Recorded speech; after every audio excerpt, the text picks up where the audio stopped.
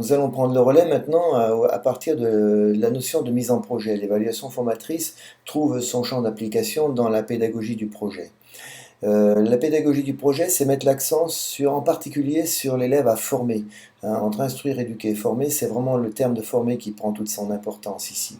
Et quelle formation? Bien apprendre à se former tout au long de la vie. On a un capital corps et on est en mesure d'apprendre à l'élève d'entretenir ce capital corps.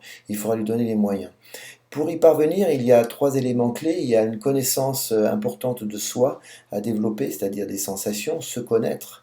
Deuxièmement, il y a une capacité à se mobiliser soi et puis avec les autres, hein. C'est le deuxième aspect important pour cette mise en projet. Et enfin, la troisième point clé, c'est la notion d'attitude qui doit être contrôlée, maîtrisée. L'élève doit se montrer intelligent dans ses actions, efficient. Ainsi, on va voir que la formation est un enjeu prioritaire.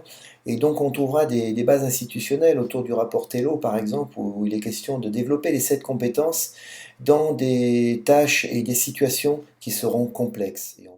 Alors dans cette partie du cours, nous allons nous appuyer plus particulièrement sur de la course en durée, situation que vous connaissez, nous l'avons vu il n'y a pas longtemps. Par contre, pour faire référence quand même aux enfants plus jeunes et aux enfants de CM2, aux enfants de 6e, en natation, il y a un article intéressant dans la revue EPS 312 qui a été publié par Pelayo, par Potvin, et qui met bien en scène justement toute la complexité qu'on peut rencontrer dans une tâche de mise en projet en natation. Je vous invite à la consulter. Quand l'on parle de mise en projet, c'est se recentrer sur les apprentissages et surtout se recentrer sur un projet qui serait propre à l'élève, hein. En EPS, il faut retenir que chaque acte moteur est original et singulier, hein. Suivant son niveau du cursus, le niveau de développement de l'élève ne sera pas le même, et donc les leviers que l'on va utiliser ne seront pas les mêmes. Entre un élève de 6e dont on vient brièvement de parler en natation, et puis peut-être l'élève de terminale, on n'a pas les mêmes motifs d'agir. Donc on ne vit pas les sensations de la même manière. Il s'agit d'un ensemble d'émotions qui par essence sont subjectives, mais qu'il serait nécessaire de prendre en compte dans leur diversité, hein, dans une population de la classe. Et comment y parvenir? Ça sera la question centrale. Comment parvenir à les motiver tous, avec leur diversité? On voudrait les mettre en action, ce groupe classe, mais il y a une grande diversité. Comment s'y prendre? Eh bien, la réponse, elle va se trouver dans le contexte général de la tâche qu'on va mettre en place, qui va être construite stratégiquement, et de l'environnement qui va être proposé. Et penser l'environnement de la tâche, c'est penser stratégiquement les buts. Alors, il va falloir favoriser début de maîtrise. Début de maîtrise signifie plus s'investir sur la tâche que sur soi. Ce qui nous impose de trouver une tâche qui soit vraiment pertinente sur le plan personnel et social. Des tâches qui vont permettre de faire des choix. Et ces tâches auront un haut niveau sur le plan cognitif, sur le plan des décisions qu'aura à prendre l'élève. Penser les buts aussi, ça sera favoriser des objectifs à court terme, c'est-à-dire des objectifs immédiatement repérables et réalisables. Transmettre un témoin en course en durée, par exemple, efficacement. Il fera aussi des objectifs qui seront spécifiques. Spécifiques, c'est-à-dire dans la qualité, par exemple, de la transmission du témoin sans ralentir. Et puis des objectifs qui seront individuels. Là, on passera par le jeu des différents rôles qui tournent autour de l'activité. En agissant ainsi, on va développer chez l'élève un sentiment de mieux contrôler ses actions, et il est capable de s'informer, et une certaine efficacité perçue qui s'installe chez lui, il est au rendez-vous. Deuxièmement, il a une idée de sentiment d'autodétermination qui se met en place. C'est l'idée que l'élève est capable de s'émanciper, et il est capable de se détacher de l'emprise d'une certaine manière du groupe avec lequel il travaille. Bien, le but ultime étant de favoriser chez l'élève ce sentiment de compétence qui est finalement traduit par une image positive de soi. L'élève sait faire les choses, il en est conscient, et en plus il est conscient qu'il saurait les refaire dans un contexte peut-être différent.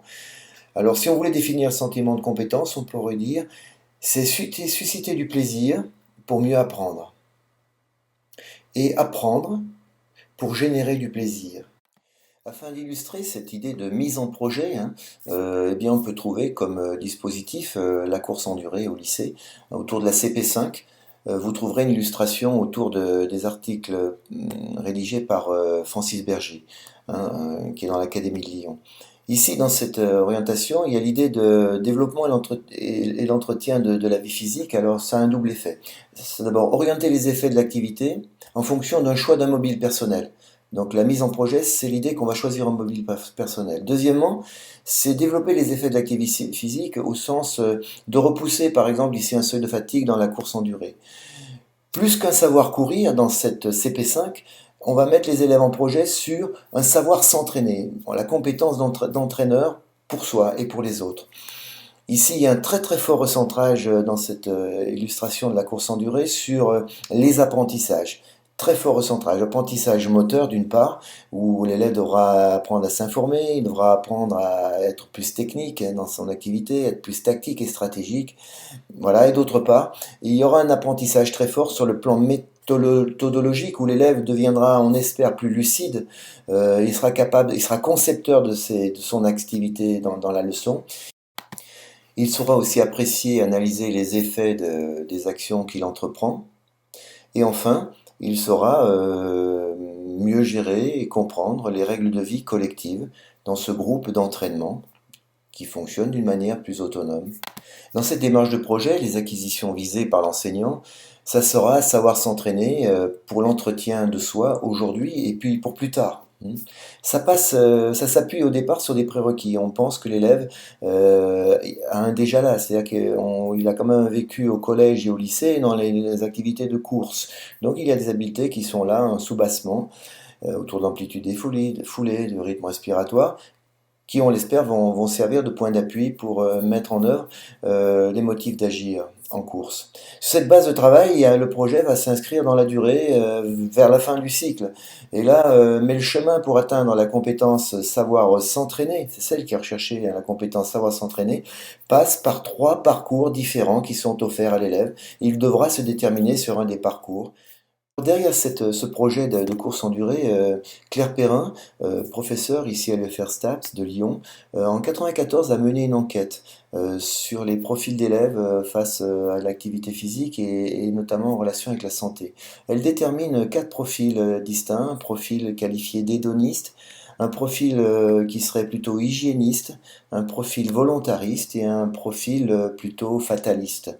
De ces 4 profils, elle en a retiré une leçon, c'est que les messages de santé n'auraient que peu d'impact sur l'activité physique des adolescents et qu'il faudrait plutôt privilégier le développement des stratégies d'engagement dans l'activité physique des ados plutôt que de multiplier des messages du style sportez-vous bien.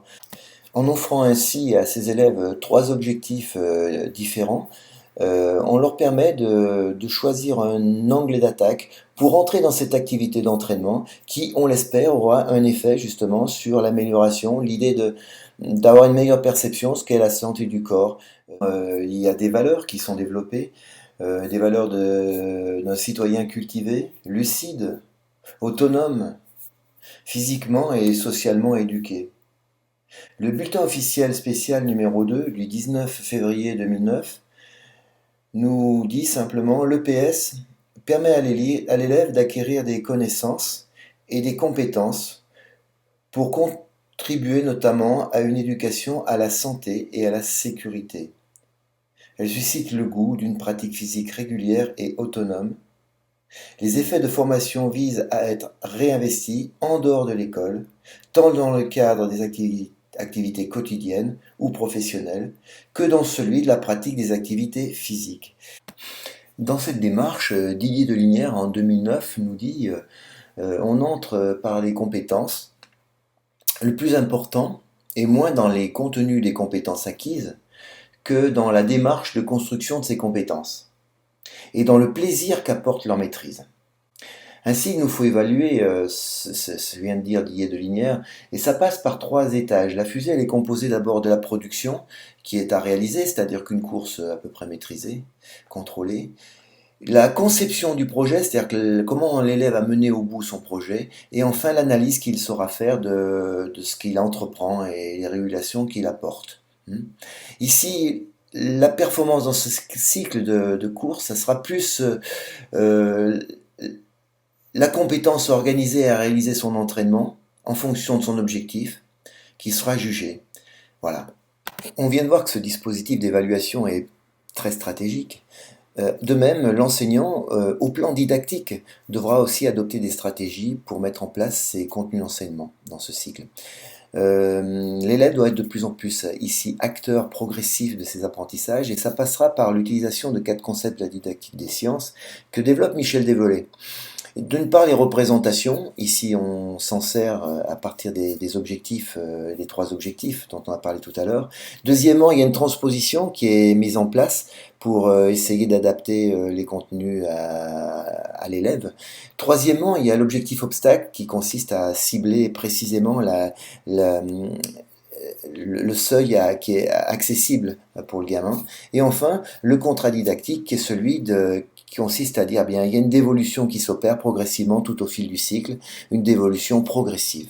Et là, on va vers une recherche de sens. L'élève peut être capable de se prendre en main.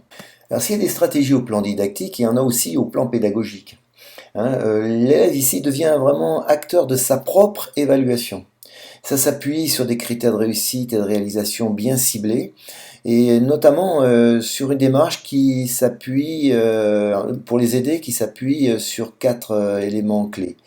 Les confronter dès le départ à des critères de réalisation et de réussite qui seront faits pour qu'ils puissent se tester dans une zone, un peu comme tout à l'heure on l'a vu avec les collégiens, avec une zone test pour qu'ils puissent se déterminer sur ce qui leur convient le mieux en termes d'objectifs à choisir pour le reste du cycle. Deuxièmement, exprimer les critères en termes simples et concrets. Dans chaque APS proposé, dans cette démarche de projet, il faudra les confronter des critères qui soient très accessibles. Troisièmement, il faut que l'élève soit directement impliqué dans la fabrication, dans le repérage des critères qui seront pertinents pour qu'il puisse apprécier les effets de son activité, qu'il puisse prendre du recul sur ce qu'il entreprend, le nombre de répétitions qu'il va s'accorder, etc.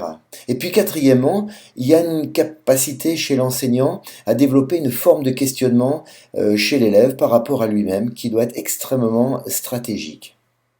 Et bien entendu, pour arriver à cet objectif pédagogique, cette stratégie pédagogique, nous avons en arrière-plan l'évaluation formatrice dont on a parlé au début de ce cours. Georgette Nunziati est un auteur important qui en 90 a publié pas mal de choses concernant l'évaluation formatrice. Elle vise notamment à nous rappeler que l'élève doit s'approprier lui-même les critères de l'enseignant, il doit y parvenir. Deuxièmement, il doit être autogestionnaire des erreurs qu'il commet et s'en servir positivement de ces erreurs.